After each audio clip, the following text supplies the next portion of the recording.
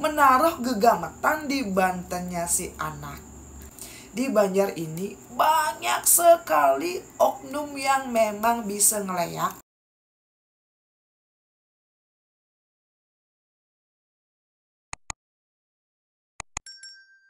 Weh semetan kumpul ya, ngerti jadi dirinya saya.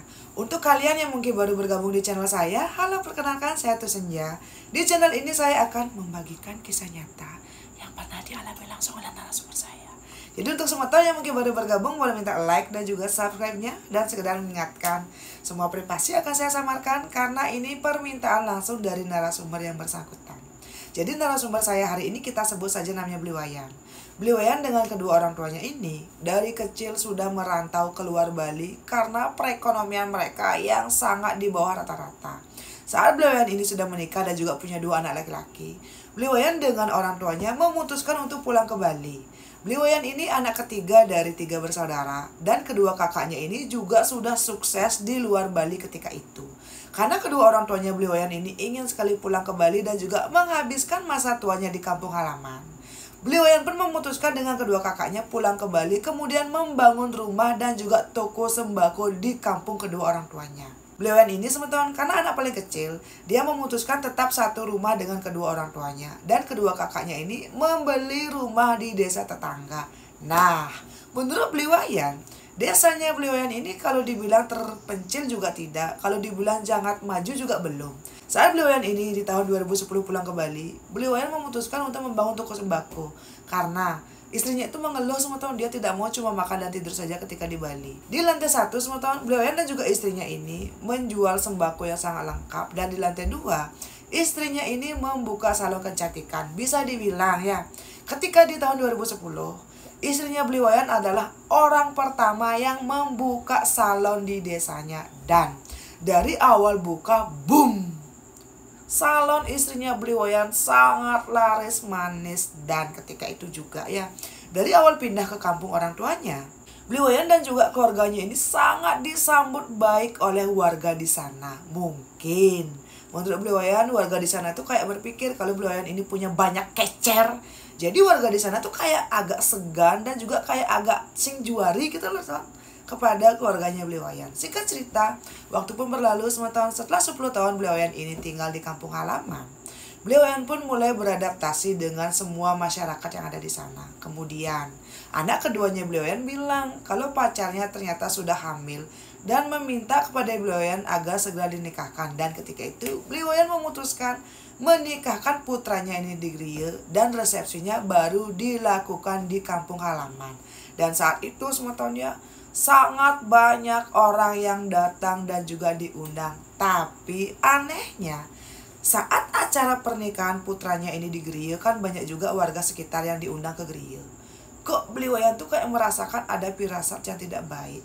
Ketika anaknya Bliwayan ini nata Banten, tiba-tiba putranya Bliwayan kejang, pingsan, dan setelah dilarikan ke rumah sakit, tidak sampai 3 jam sementara putranya meninggal di tempat. Boom.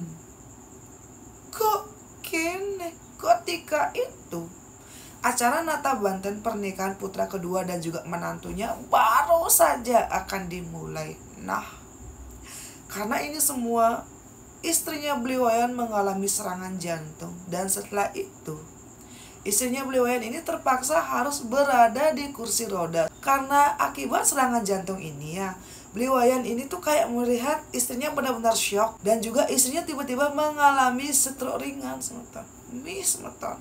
Engken keadaan unduke, Bliwayan juga tidak mengerti kok bisa anak keduanya yang masih sehat, tidak pernah mengeluh sakit apapun, kok tiba-tiba meninggal seperti itu.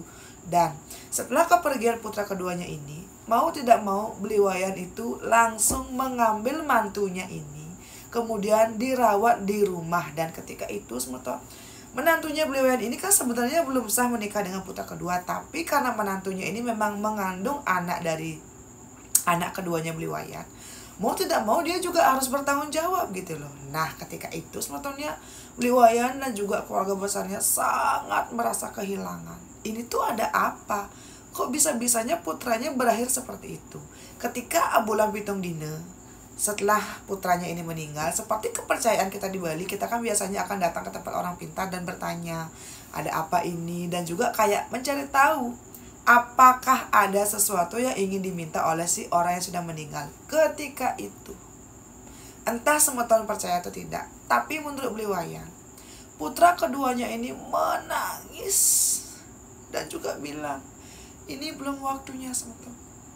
Putranya ini harusnya masih bisa hidup 30 tahun lagi bersama dengan Beli Wayan dan juga dengan anak istrinya. Tapi kenapa kok ada oknum yang sangat tega menaruh gegamatan di bantennya si anak? Dan gegamatan itu sempat dilangkai oleh putra keduanya si Beli Wayan. Dan kemungkinan karena gegamatan ini ngenen dan kayak orang yang memasang gegamatan itu memang sudah super duper bisa ngeleak, inan leake di kampungnya si Beli Wayan. Itulah yang membuat yang kayak putranya Beli Wayan ini kan bolong atas bolong turun, tidak punya penjaga. Itulah yang membuat semeton putranya langsung meninggal di tempat. Boom. Kok gini? Di sana putranya menangis menyesali nasibnya. Kenapa kok dia belum menikah, belum bisa melihat anaknya lahir, belum bisa menghabiskan waktu dan juga berbakti kepada orang tuanya? Kok malah sudah meninggal? Di sana juga semeton putra keduanya Beli Wayan meminta kepada Beli Wayan, tolong jaga istri dan juga anak yang akan lahir nanti. Karena putra keduanya bilang, dari kedituan di tempatnya yang baru, dia akan selalu memperhatikan Beli Wayan dan juga keluarganya yang masih hidup. Nah, semeton, setelah ini semetonnya Beli Wayan berpikir keras. Siapa yang dimaksud oleh putra kedua Inan Leak di desanya Beli Wayan yang sudah tega melakukan hal ini kepada Beli Wayan? Dan kenapa? Apa salah putranya Beli Wayan dan kenapa kok si oknum ini begitu tega? Dan ketika itu Beli Wayan ini kayak berusaha mencari tahu semeton, kira-kira siapa yang dibilang oleh si putranya ini Inan Leak di desanya Beli Wayan. Ternyata sebenarnya selama ini Beli Wayan tuh kayak sempat mendengar kabar kalau di desanya Beli Wayan ini kok ada banyak banget banjar. Di salah satu banjar di desanya Beli Wayan ini ada tuh kayak banjar yang memang isinya itu manusia-manusia yang memang menganut ilmu hitam dan putih. Konon katanya di banjar ini banyak sekali oknum yang memang bisa ngeleak dan memang sengaja mencari mangsa kayak nantang-nantang gitu loh semeton. Dan ketika itu Beli Wayan bingung banget ini tuh yang mana, karena saking banyaknya orang yang bisa ngeleak di banjar tersebut. Setelah Beli Wayan berpikir, dia tuh kayak kok kene, kok gitu, kok kene, kok gitu. Akhirnya semeton Beli Wayan pun jatuh sakit, dan ketika itu yang merawat Beli Wayan adalah menantu dan juga putra pertamanya. Nah, engken kaden unduke ya, setelah cucunya ini lahir ya, anak dari putra keduanya, kok tiba-tiba Beli Wayan mendengar kabar dan juga gosip di luaran sana.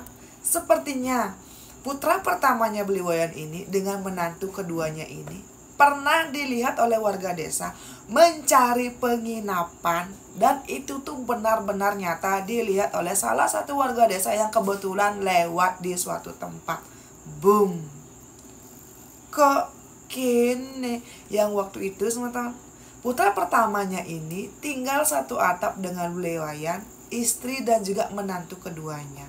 Apa jangan-jangan memang benar mereka ini ada apapun? Dan ketika itu banyak sekali gosip yang tersebar di desa kalau jangan-jangan putra pertama dengan menantu keduanya Beli Wayan ini kan memang tinggal satu atap dengan Beli Wayan. Jangan-jangan mereka ini memang sudah sangat sering melakukan hal-hal yang tidak terpuji di dalam rumahnya Beli Wayan. Boom. Dan lagi-lagi nama baiknya Beli Wayan dan juga istri beserta anaknya tiba-tiba tercoreng, dan entah dari mana datang gosip seperti ini. Untuk Beli Wayan sendiri semetonnya, dia tuh kayak tidak mau terlalu memperdulikan gosip ini, tapi setiap ada warga yang berbelanja ke toko sembakonya Beli Wayan, Beli Wayan tuh bisa merasakan kalau tatapan orang-orang yang berbelanja ke sana tuh kayak menyindir, kayak sinis, yang kayak berubah banget gitu loh semeton sebelum ada gosip seperti itu di desa. Dan Saat itu juga ya, Bliwayan ini kan punya 4 karyawan di toko sembako dan juga 3 karyawan di salon. Karena istrinya Bliwayan ini kayak berada di kursi roda, dia kan tidak bisa bekerja dan istrinya hanya memantau saja salon dan juga toko sembakonya. Tapi menurut istrinya Bliwayan ya, dia tuh kayak tidak tahan lagi. Kenapa kok kayak tiba-tiba keluarganya Bliwayan yang selama ini tuh kayak disegani, dihormati di desanya, kok malah digosipkan seperti itu. Nah, karena inilah tahun akhirnya Bliwayan pun bertanya kepada menantu dan juga putra pertamanya, apakah benar kalian ini ada sesuatu? Dan ketika itu menantunya Bliwayan tidak mengaku, tapi putra pertamanya Bliwayan mengaku kalau memang dia sudah jatuh cinta kepada adik iparnya. Dari hari pertama adik iparnya ini masuk ke rumahnya Bliwayan setelah adiknya itu berpulang. Boom. Kok kini? Berarti jangan-jangan gosip di masyarakat kalau pernah ada yang melihat kalian berdua itu mencari penginapan benar. Nah, ketika Bliwayan dan juga istrinya mempertanyakan ini kepada putra pertama dan juga menantu keduanya, menantu kedua dan juga putranya cuma diam, seolah-olah mengiyakan pertanyaan dari Bliwayan. Jadi, gosip yang beredar selama ini di masyarakat, kalau sepertinya menantu keduanya Bliwayan dengan putra pertamanya ini melakukan hubungan yang tidak pantas di rumahnya Bliwayan, sepertinya benar, semeton. Dan karena inilah, tiba-tiba istrinya Bliwayan yang sebetulnya sudah mulai bisa berjalan dan juga mulai bisa pulih, terkena serangan jantung dan juga dilarikan ke rumah sakit. Dan karena itulah kengken kanan unduke. Tepat setelah 7 bulan ya, putra keduanya meninggal. Istrinya Bliwayan setelah dirawat selama 1 minggu di rumah sakit dinyatakan meninggal dunia karena pembuluh darah di daerah otak ya. Di bagian otaknya itu pecah. Karena istrinya Bliwayan ini mengalami syok yang terlalu besar. Boom. Kok gini sebentar. Di sana Bliwayan sampai tidak bisa menangis sebentar. Air matanya Bliwayan tuh kayak benar-benar mengering, yang padahal dia tuh kayak sakit gitu loh. Nah, setelah istrinya ini langsung dikremasi ya, berikut dengan putra keduanya kan juga sudah dikremasi beberapa bulan yang lalu. Saat itu yang ada di rumah cuma Bliwayan, menantu kedua, putra pertama dan juga cucu laki-lakinya dari anak putra kedua. Di sana Bliwayan duduk di dalam kamar. Dia melihat toko sembakonya yang lantai 2 yang besar, salonnya yang mewah, rumahnya yang besar dan juga mewah, ada banyak mobil, tabungan juga sangat banyak di bank. Dan Bliwayan juga punya banyak sekali properti yang memang disewakan yang ada di luar Bali. Tapi saat Bliwayan duduk di kursi goyangnya di ruang tamu, dia melihat ke tembok semata. Ada foto keluarganya di sana. Foto istrinya, foto putra kedua, foto putra pertama. Dan lalu sekarang dia hanya duduk sendiri semata. Tidak ada istrinya, tidak ada anak keduanya. Dan kok gini semeton? Bliwayan berpikir, apa mas semeton?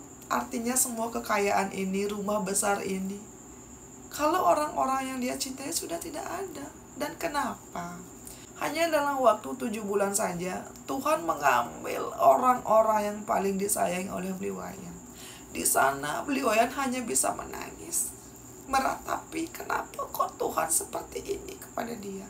Saat Bliwayan ini menangis ya, tiba-tiba putra pertamanya datang dengan keadaan wajah yang sudah babak belur.